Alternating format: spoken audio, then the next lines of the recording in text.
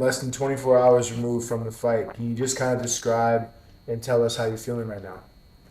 I feel pretty good. I wasn't so busted up in the fight. Didn't I get hit couple times, but not too bad. So I was able to manage not to get a lot of or not to get damage. So I feel pretty good. And regardless of the decision, personally, I'm satisfied about my performance. I know I could have do better. I could have done better, and I will go back, get prepared to do better. But I really believe that I didn't come up short in this fight. I believe that I stand toe to toe with the number one boxer in the world for my first match, and basically won the fight. Then you mentioned the ride to the arena. Did that feel different than any of the other previous rides to the arena for a fight, or at that point are you just like this is just another fight, like and you're in that mode? Um, you will try to convince yourself that it's just another fight, but it wasn't another fight. It's a different sport. If I was doing MMA, I would say it's just another fight. But the fight was so big, and it was a different fight. So it was even harder in the fact that the magnitude of this fight, the promotion of this fight, and everything. Then it's a different fight. It's a sport that I don't even have that feeling. I don't know the temperature of this water. I have to test it. Then I'm like, oh man, I hope I won't be surprised. I hope I won't embarrass myself here with all this promotion.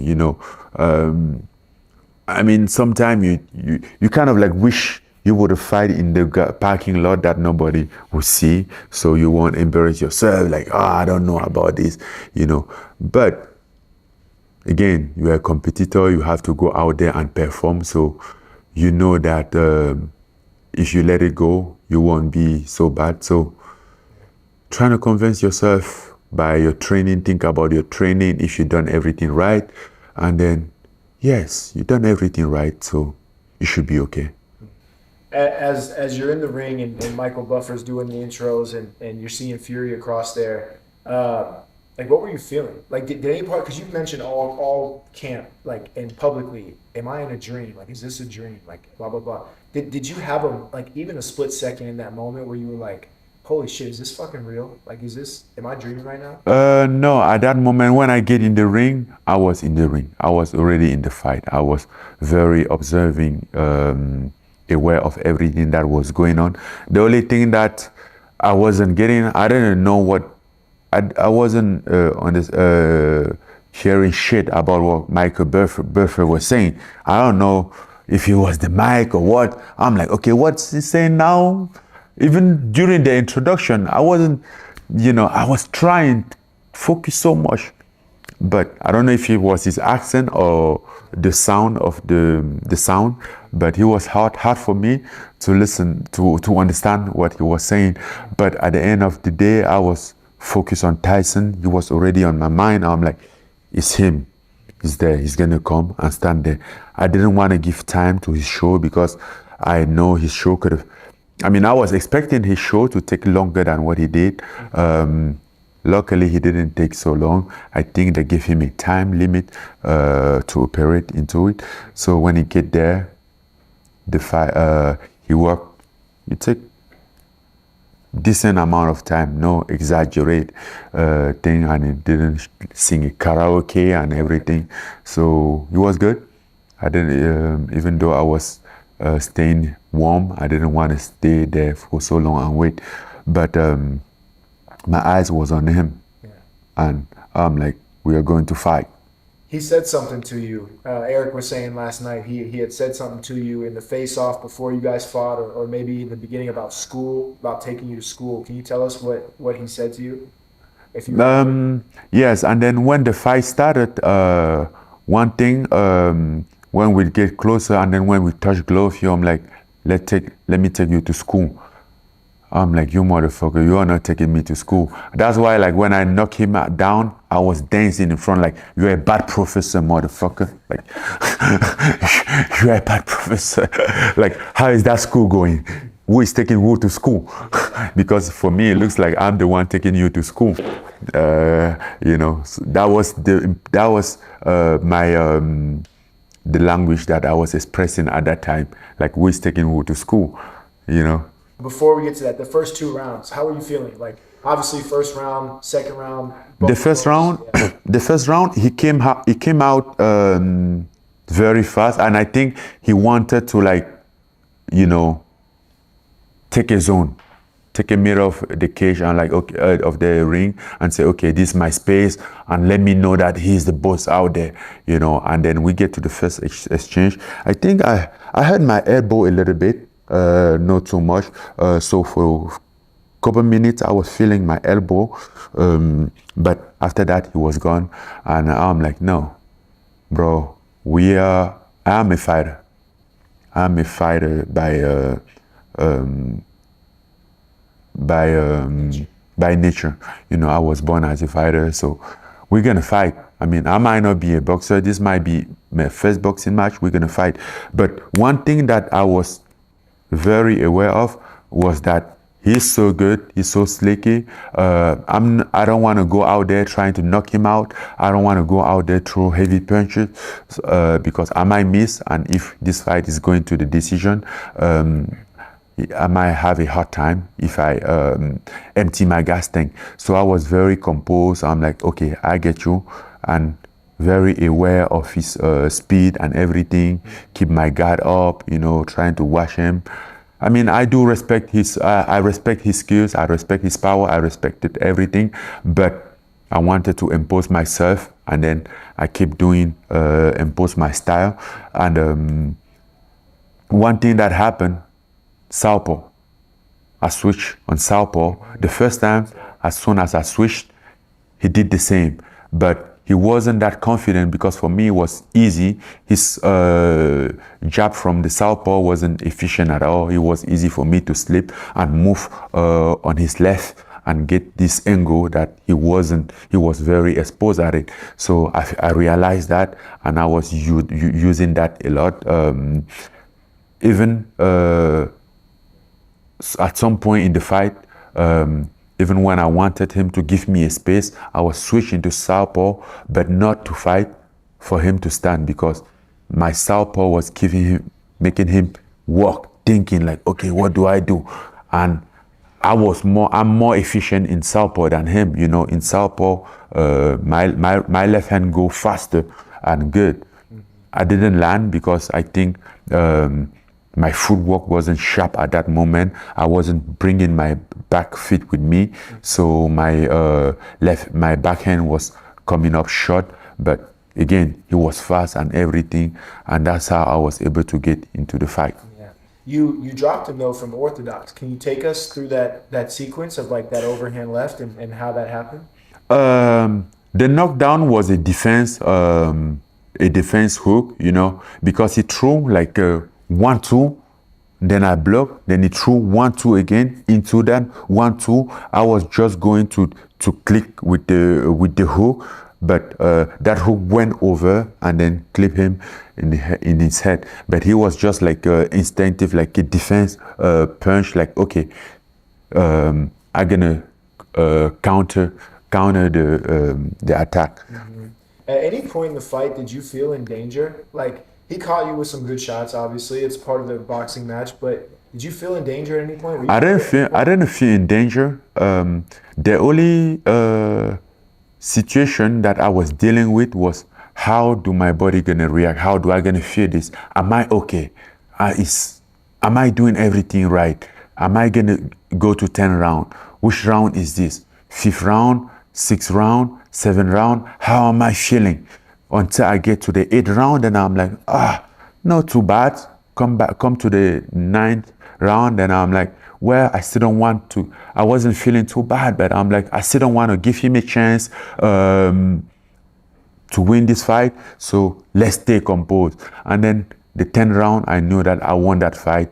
I came out, I'm like, just one more round to go. I feel good. My energy is still up. So I keep my posture. I was like, okay, let's move, footwork, everything, and I feel good. I'm like, okay, let's do this. Let's go to school, as he said. Yeah. How'd you feel physically? I was good physically because obviously the heart rate went up, and then really fast and drop, and that drop, kind of like get you exhausted, the breathing. And that was the moment that I was questioning myself about like, okay, am I doing okay? How is it? Am I feeling good? Like trying to, that battle with myself was there more than anything. So after that, with the fight going on, I think at some point I wasn't thinking too much about it. I'm like, well, I think I'm doing this, right?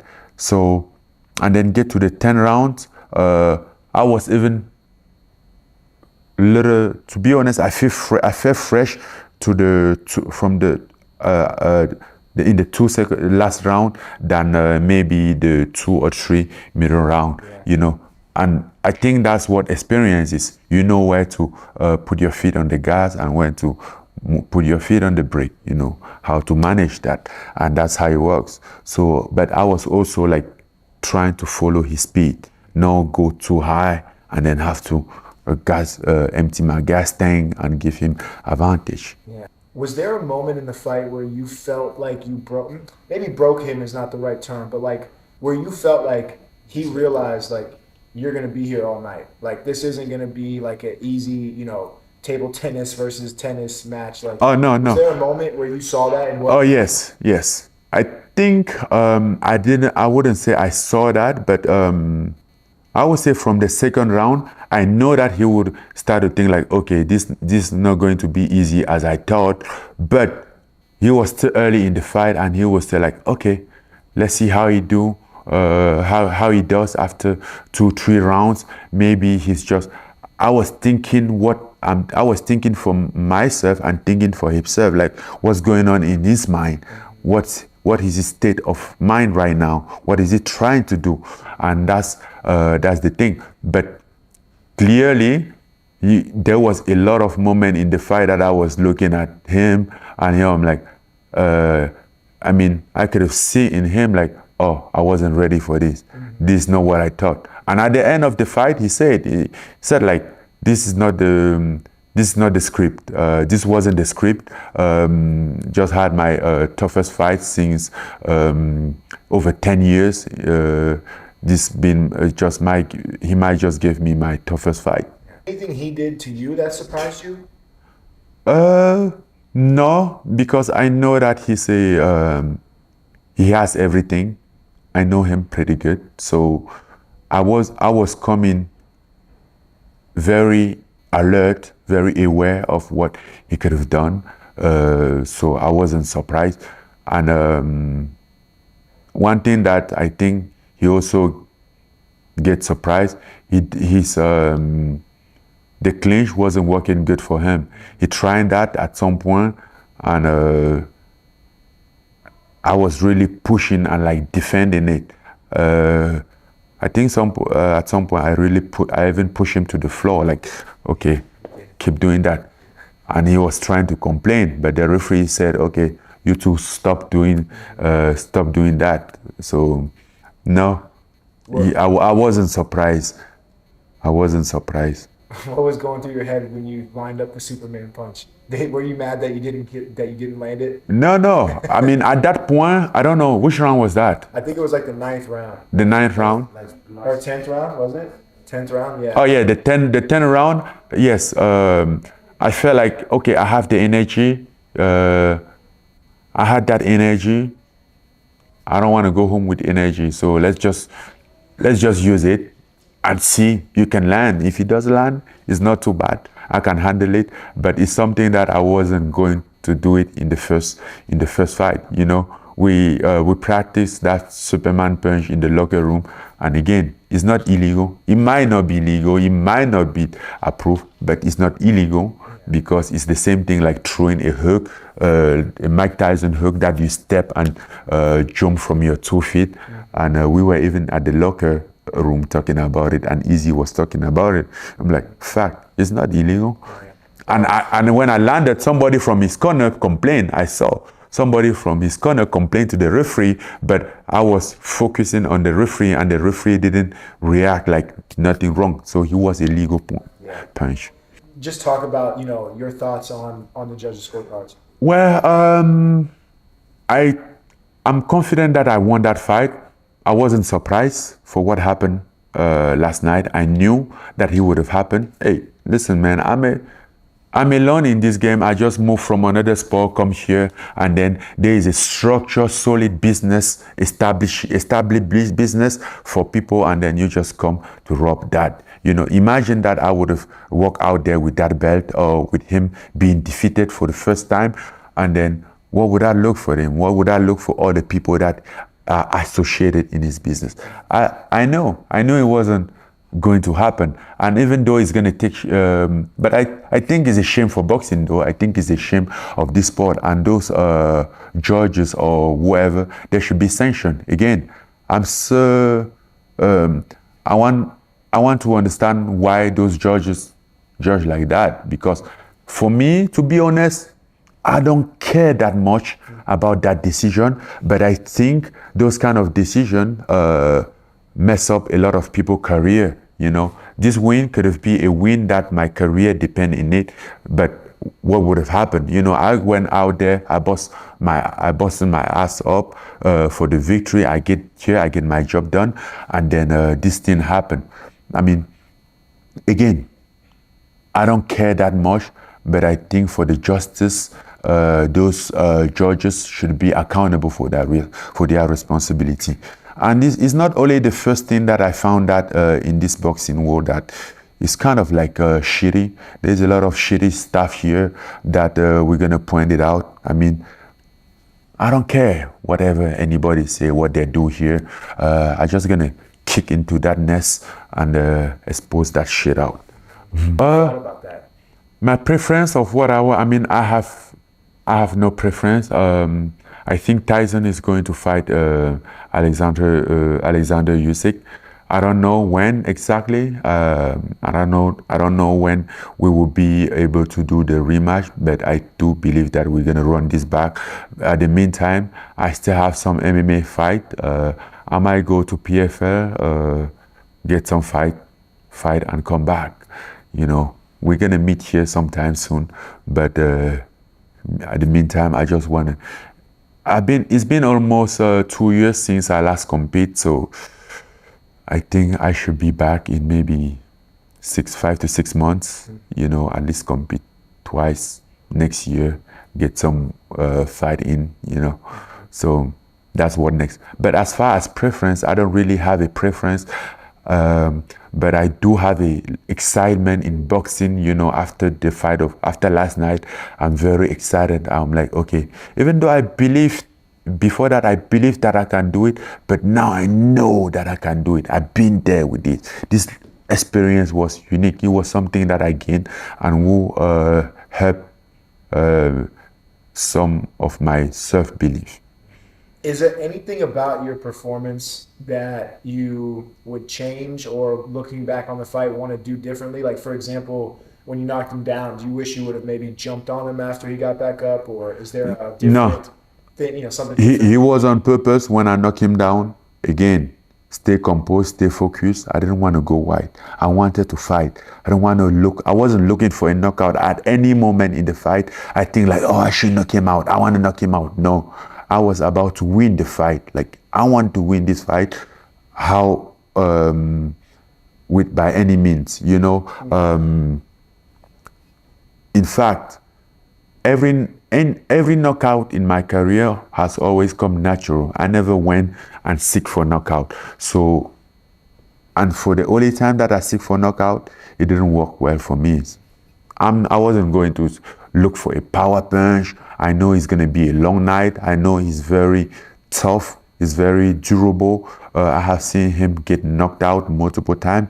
Even Cole, we thought sometime that he was dead, came back. So I didn't even take that as something. I'm like, okay, he can do this the entire night. I'm not rushing into it. I'm not losing my way. I think I fight properly, and I was listening to my coaches who was giving me the direction of what we spoke about. So I think I fought right. The only thing that I think I should improve in any aspect, believe that I have a huge room of improvement in boxing, and that's why I'm gonna be focused on, because if ever we do the rematch, I'm sure he's gonna get prepared now, because he's gonna take it serious. He's not going to come here to play a tennis. He's not going to be a Djokovic against a tennis table player.